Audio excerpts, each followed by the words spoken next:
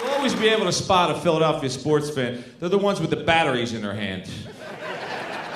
You'll even be able to spot a Philadelphia sports fan in the afterlife. They'll be the ones up at the pearly gates booing the Lord. Heaven sucks! You know this guy from his ability to make people laugh on comedy stages across the area and his 3 decades of work at WIP. It's the man of 1,000 voices and the pride of Cardinal Doherty High School. We say hello to Joe Conklin. Hey, Joe. What's happening, Jim, or is it Chet? Or let's call me Chet. You got 2 names. What's I know. happening, Chet? I'm a lucky guy. Hey, let's start with this, Joe. How early as a kid in Olney did you realize that you had an ability to make people laugh, and when did the impressions come in?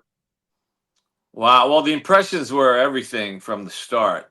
I guess I was, I don't know, 6 or 7 years old as a little kid. Wow. Doing the voice. But I'm one of 7, and I was the 6th of 7. And we were always playing around, doing voices, trying to make each other laugh. My parents have a vocal talent. They're both singers. They sang in church. And my dad actually did impressions. He did Alfred Hitchcock. He did Bishop Graham from our church, a number of other people. So he was always carrying on. And it was kind of just like a family thing. And I thought that's how everybody grew up. But I knew I had a knack for voices. My brothers would do 2 or 3. I did about 10 of them. So I started,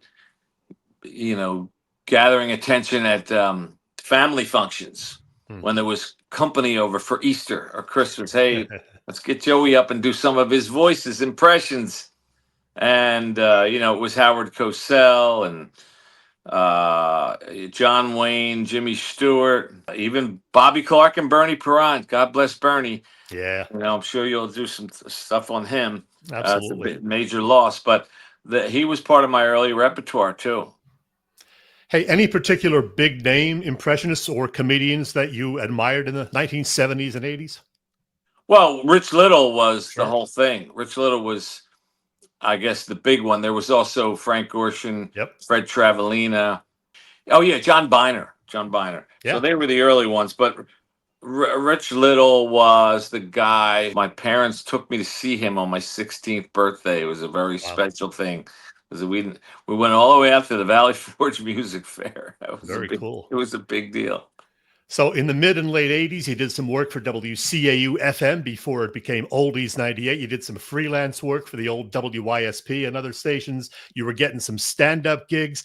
And then WIP, is it true that my old pal and yours, Jody Mack, was the guy who helped get you on WIP? Absolutely. A funny thing, I sent my Jody Mack, there he is. Appreciate it. Jody was the show that I eventually got on. They put me on that show, but I had tried to get on the morning show, Cataldi and Brookshire, and I sent my cassette tape, audition tape, out to the program director, Tom Bigby at the time, the morning show producer, who I'm not certain of his name, and then also to Brookshire. I didn't hear from anybody. No, but I did send 3 tapes out to the station. So I guess 6 months go by. I think I followed up with a phone call. I think I called Big B. He said, "We don't do comedy here. Comedy is contrived. Our hosts are spontaneous." I remember his response. But about a month after that, I get a call from Jody Mack. I mean, Jody McDonald called me directly. I said, "Holy Lord." He said, "Hey, I got a hold of your tape, and we like what you got there. Let's give it a try."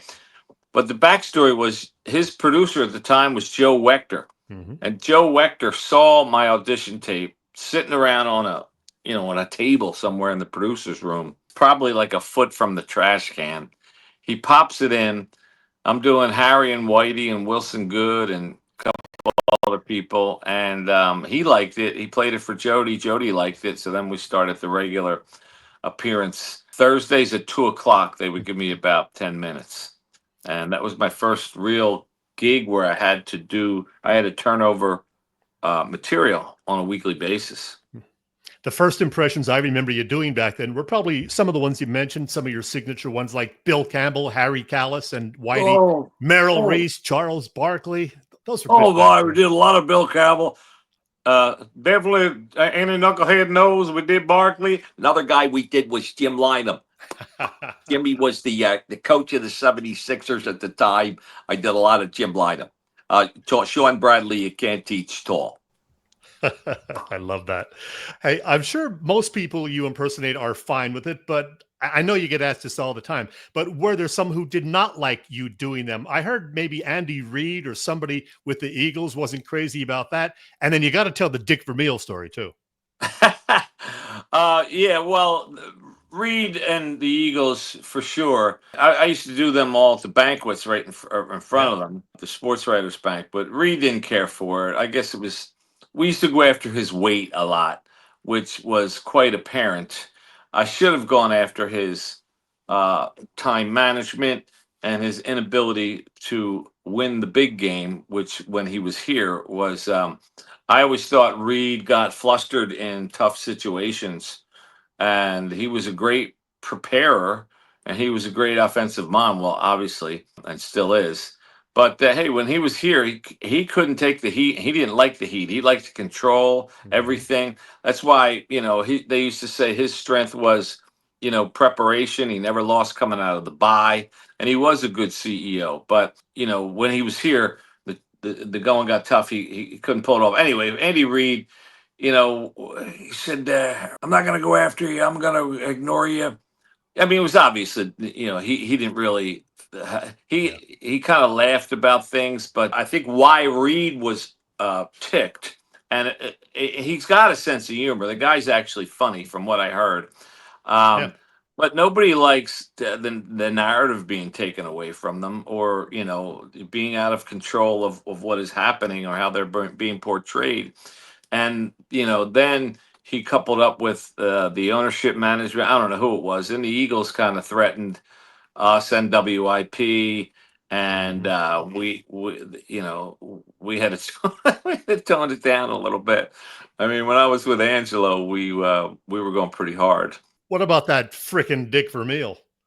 No, well, Dick Vermeil, one of the most beloved coaches in our city.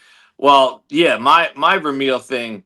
See, Dick coached before I got on the radio, but then he came back to coaching when he was offered the job, or with the Eagles. At least he says so. And when he got back into the news cycle about his comment, and when he didn't get the job, I felt like I was misled. I was promised this job or offered this job on 3 different occasions by Jeff Lurie. And then he said, I'm not going to get down on my freaking knees to coach this freaking football team. And as soon as he said that, of course, we had a lot of material that opened the floodgates. And then we started doing fake talk shows. How do, Fred? Steve-O here. I'm with the coach, Dick Vermeil, and welcome to frickin' Eagles Talk. Thanks a lot, Steve. And these frickin', whatever. It was just, we pounded it after that. But then Vermeil actually talked to you about that. Maybe he was out at the banquet. I met Vermeil at the Maxwell Club banquet, and I was on the dais, so I was in a tuxedo along the line with him. I went over and introduced myself. I said, "Hi, Coach. I'm Joe Conklin. I'm the guy that's been imitating you on the radio." "Oh, I know who you are. You got that frickin' part down pretty good, don't you?"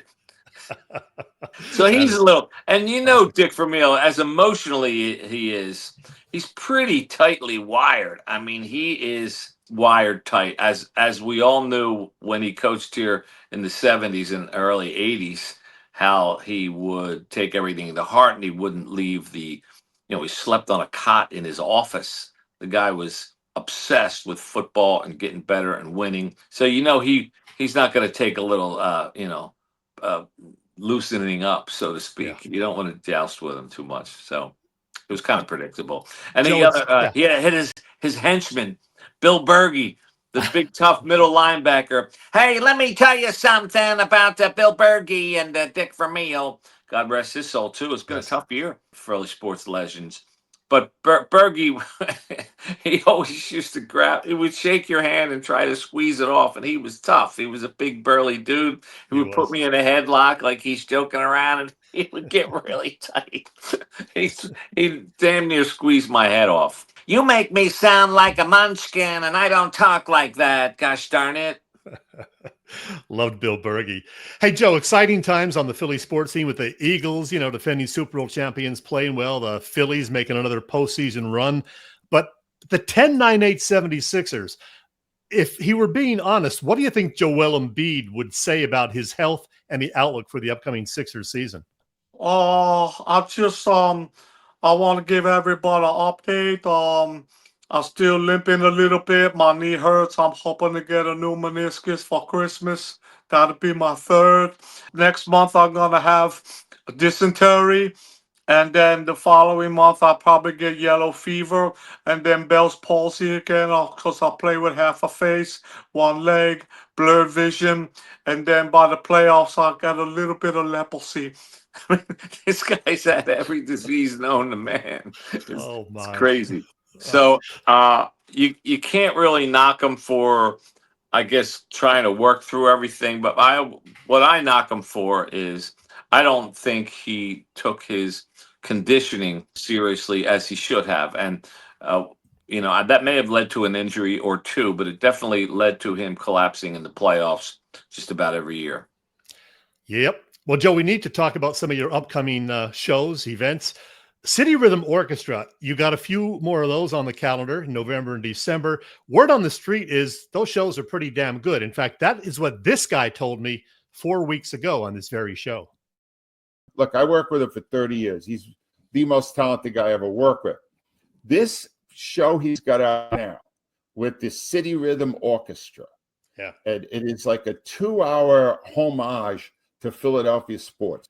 If you get a chance to see it, I said to him, Joe, that is your masterwork. That is it incorporates all of his voices. It incorporates singing. Got his family in it. They're all great singers, and it's all done with great audio visual. But the talent is nothing like it. The most talented guy I ever met.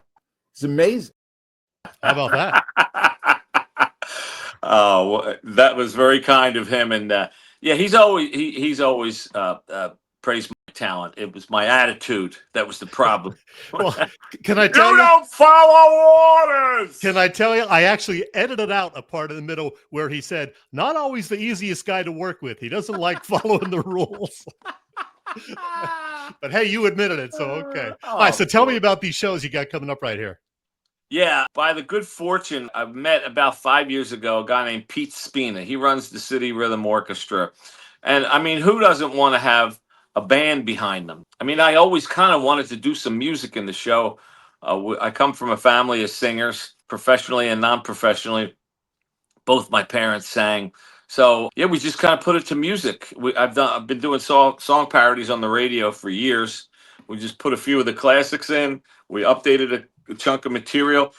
Got my daughter Casey singing with me, my niece Christy, my two brothers, Jim and John. We try to capture the essence of Philly sports and the psyche of the fan, and it's changed. It's changing as we speak because we're actually winning.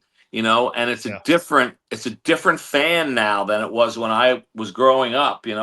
We forever was, it was dem bums, rip these teams. They're not putting the same level of effort that the fans are, and the owners aren't spending money. Well, all that's kind of changed, but we give you a whole complete picture of the evolution. But yeah, that's what you get. We kind of show you what was happening. We got a 9-piece, 10-piece band. There's some videos playing. There's a lot of pictures, old pictures, new pictures. We celebrate the Super Bowl. It's a lot of fun. It's fun. Ups, downs, tons of laugh. We do a lot of impressions. Get some politics in there too. And you got some of your own shows. You also host shows at Parks Casino. The guy from the league, Steve Ranazizi, this coming Thursday, in fact. Wow, great job with that pronunciation. Yeah, he's going to be there Thursday, along with Jackie, the joke man, Martling. Oh, wow. Just been at it. I did have to practice Ranazizi a few times, I gotta be honest. Good job. Yeah, that's just about once a month up there, last Thursday of every month. We've been going strong for about 11 or 12 years at Parks Casino. Awesome. Hey, I didn't get to talk to you about my favorite bar in Kensington, Chip Snappers. Do they have pork on the menu, and can I order pulled pork? That's usually the open. Thanks a lot, Chet, for asking, because business has been a little slow lately. We're trying to open another location up in Mayfair to get out of the neighborhood a little bit. But our kitchen is back open with a limited menu. We're selling grilled cheese and pork sandwiches for $1. If you want your pork pulled, that's an extra 50 cents. We also have to-go cups, so if you have to go, we got the cup. Joe, thank you. I knew you would take the cue. I knew it. Be sure to catch one of Joe Conklin's many upcoming shows, headlining gigs in Warminster and Sellersville, the Parks 360 shows that he hosts inside that great casino, and shows with the City Rhythm Orchestra at Philly's World Cafe Live and at Cardinal O'Hara High in Springfield. What's that website, Joe? JoeConklin.com. I love it. Hey, by the way, is 1-800-54-AMUSE still a working number? If I call that number, what do I get? It's still going. Wow. I was gonna. It doesn't cost a lot of money. Nobody uses the phone anymore. I don't even know why I still have it. I haven't gotten around to canceling that. It's on a landline. It always has to terminate on some line. I don't know. Do you have a landline still in your home? Yes, my wife insists that we keep the landline. It's kind of like we clinging to the familiar there. I don't know. I'm afraid to let go of it. I knew this would be a blast talking with the great Joe Conklin. Again, find out where you can see him. Go to the website, joeconklin.com. Thank you, Joe. Thanks a lot, Chet. I appreciate it.